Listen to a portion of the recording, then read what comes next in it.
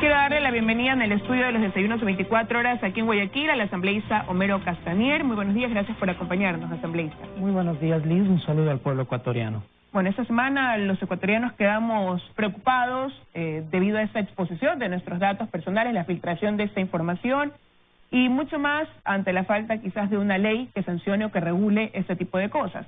Y ante eso surge una propuesta que usted hace a la Asamblea Nacional de que dentro del legislativo se investigue también este tema, la misma que fue aprobada por unanimidad.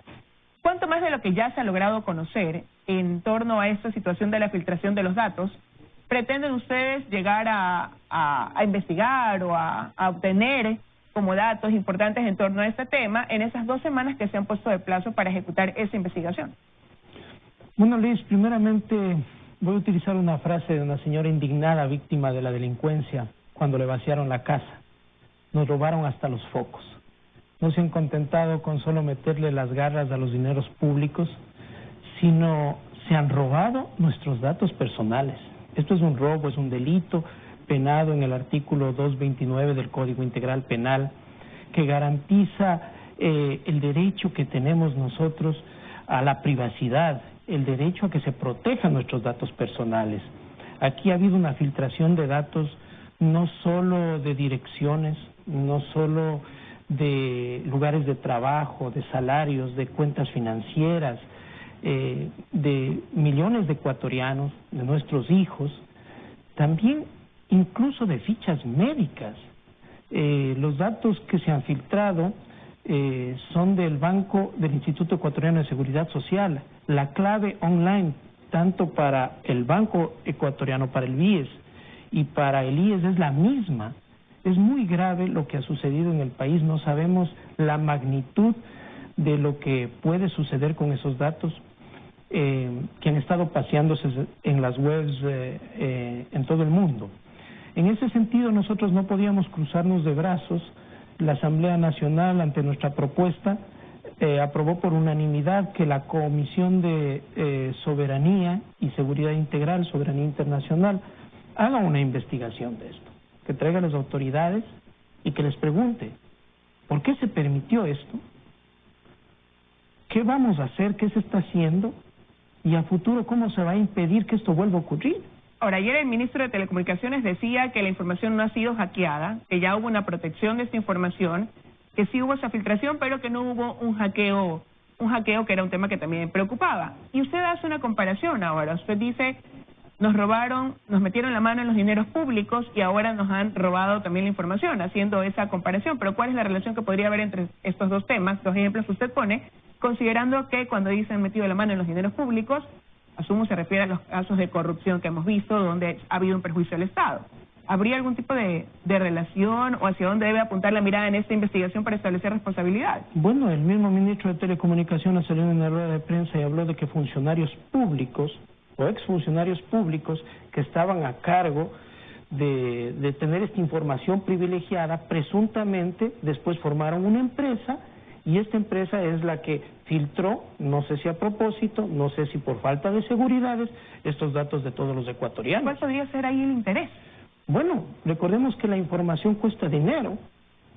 Una información sobre, por ejemplo, fichas médicas, saber cuántos ecuatorianos tienen diabetes, cuántos ecuatorianos están infectados con el VIH, ¿sí? Puede ser una motivación para ciertas empresas para llegar con productos.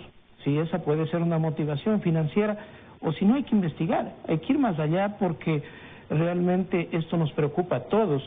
Mire que hay cierta información que está prohibida de revelarse, entre eso, por ejemplo, el tema religioso, orientación sexual, el tema de fichas médicas, eso está prohibido en ninguna legislación del mundo se permite ese tipo de que esos datos sean públicos y esos datos de los ecuatorianos han sido expuestos, todo un país ha sido expuesto, nuestros niños han sido expuestos y esperemos que esto no cause un problema en la sociedad a futuro, ¿no? Ahora, ¿cuáles son las autoridades que ustedes llamarán a comparecer ya desde la comisión para poder obtener mayor información y determinar responsabilidades? Bueno, es importante que venga el ministro de Telecomunicaciones bajo las competencias de ese ministerio está la Dirección Nacional de Registros Públicos.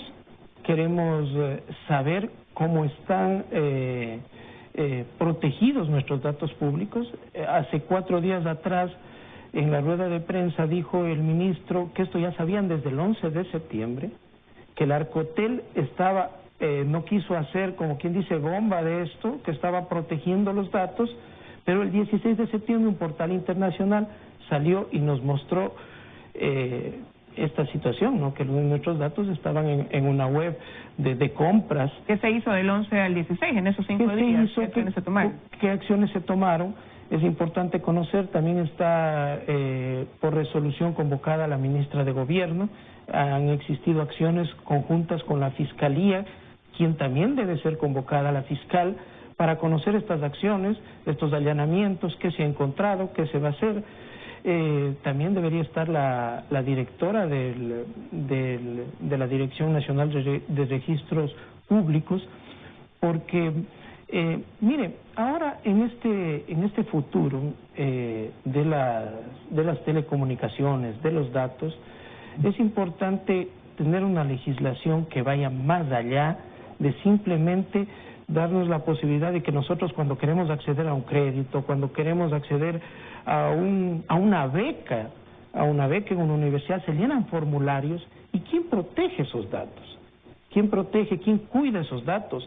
Hay legislaciones en casi todos los países de Latinoamérica. Ecuador es uno de los pocos países que no tiene una legislación. Por ejemplo, tiene Brasil, Costa Rica, Uruguay, Argentina, México, Perú, Colombia. Bueno, y creo que ahora es precisamente, esa es la pregunta que nos hacemos, ¿no? Una vez que tuvo que pasar algo así como esta filtración de datos, para caer en preocupación y preguntarnos qué ley nos protege. No hay esa ley y definitivamente por eso desde el gobierno el día de ayer enviaron al legislativo ya una ley de protección de datos personales. ¿Qué garantías debería incluirse en esta ley para los ecuatorianos? Considerando que, bueno, lo ha dicho el ministro, han escogido el modelo europeo, que dicen ellos pues es garantista de los derechos. Bueno, en Europa en el año 1995 ya se creó un grupo parlamentario para generar una protección de datos y hay un reglamento en donde varios países respetan los registros, los datos públicos y hay cooperación entre esos países.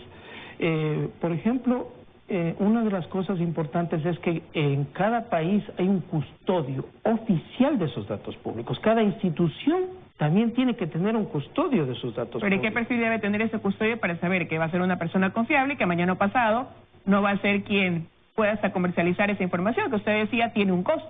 Eso es lo que ha pasado. En un pendrive de 18 gigas se llevan información de casi 20 millones de ecuatorianos, hasta con muertos. Por eso, ¿cómo garantizar entonces que ese custodio es una persona realmente confiable, que esa información va a estar definitivamente en buenas manos? Por eso nosotros tenemos, con esta investigación, que determinar responsables y ejercer sanciones ejemplarizadoras, para que no quede en la impunidad esa posibilidad de que se nos filtró información de instituciones públicas. El Estado debe ser custodio de esa información de las instituciones públicas. Entre esas, mire, cuando nosotros como funcionarios públicos, por ejemplo a Contraloría, le entregamos toda nuestra información, patrimonio, cuentas bancarias, tarjetas de crédito, activos, pasivos. ¿Qué pasa si un funcionario irresponsable, por ejemplo de Contraloría, filtra esa información o da mal uso de esa información? Está determinado en el COIP las sanciones de 1 a 3 años quien filtre datos personales, quien viole la intimidad, y a funcionarios públicos es de 3 a 5 años. Y hay que dar esas sanciones. Lamentablemente ya pasó. Nos hicieron un daño, nos expusieron, pero hay que determinar responsables. Bueno, y para eso la Asamblea hace una investigación, la Fiscalía también le corresponderá hacer lo suyo, pero ahora que se ha planteado esta ley, que no había acá en el país, en esta ley se habla de una sanción económica, sí, se habla de una multa del 20% de la facturación de esa empresa que haya mal utilizado la información, se habla incluso de reclusión, también se incluye dentro de esta ley, y bueno, de medidas más drásticas en caso de reincidencia, de que nuevamente una empresa caiga en una mala utilización de esos datos. ¿Será suficiente con lo que se está planteando como para tener la garantía de lo que pasó ahora no se repita? De estas crisis tenemos que aprovechar las cosas positivas. Pienso que esta ley es la oportunidad para generar la protección de nuestros datos, determinar quiénes van a ser los custodios, establecer cauciones para que esos custodios, si es que filtran o permiten que se filtre esa información, sean sancionados. Pero, por ejemplo, hay cosas novedosas que deberían debatirse ahora. Por ejemplo, tener ya no solo los datos de direcciones, de celulares, por ejemplo, datos biométricos. Sí, ahora se tienen datos de los iris de nuestros ojos, de las huellas dactilares, de la palma de la mano, de los rostros. Eso puede ayudar incluso a combatir la delincuencia. Cuando se tenga un banco de datos, por ejemplo, de huellas dactilares, el momento que se venga la policía judicial a hacer, o criminalística, a hacer un levantamiento, eso nos puede ayudar a identificar, ¿sí? E incluso, yendo más allá, datos genéticos, que nos puede ayudar para investigaciones médicas o para solucionar enfermedades que están en investigación. Ahora, esto de aquí, mirando de aquí hacia adelante, pero lo cierto es que hoy por hoy hay un mercado negro donde se comercializan las bases de datos, y es por eso que no nos llama, o sea, nos llama más bien la atención el hecho de que de repente nos llamen a ofrecer servicios conociendo nuestro número de cédula, nuestro número de teléfono, dónde vivimos, y tengan toda esa información. Que uno no, cuando te llaman no le preguntas, ¿y cómo tiene toda mi información? Pero está expuesta, información que consideramos que la hemos entregado a lugares en los que confiamos. Pero la realidad es que hoy por hoy hay un mercado negro que comercializa esa información también. Entonces, ¿cómo hacer para que aquellos que ya la tienen en su poder y en sus manos no la sigan utilizando? Porque esta ley va a aplicar unos correctivos de aquí en adelante cuando se apruebe y cuando ya comience a establecerse una regulación desde ahí. Pero ¿y quienes ya tienen toda esa información? Eso va a ser muy difícil, y eso es lo que nos preocupa. Cómo se han vulnerado nuestros derechos, cómo estamos expuestos como ecuatorianos. Datos suyos, Liz, datos míos, datos de mis hijos, están expuestos. No sabemos con qué fines. Tenemos nosotros como ecuatorianos, a veces hemos sido, porque somos personas sanas los ecuatorianos, confiados, ¿sí?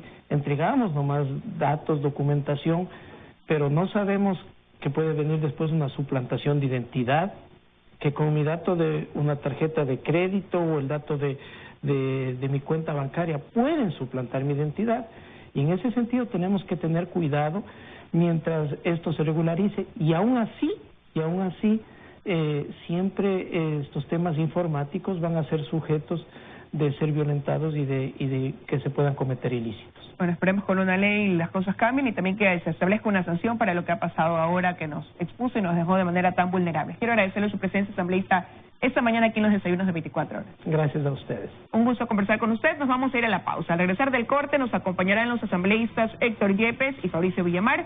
Junto a ellos analizaremos la decisión de la Asamblea de negar la despenalización del aborto por violación. Ya regresamos.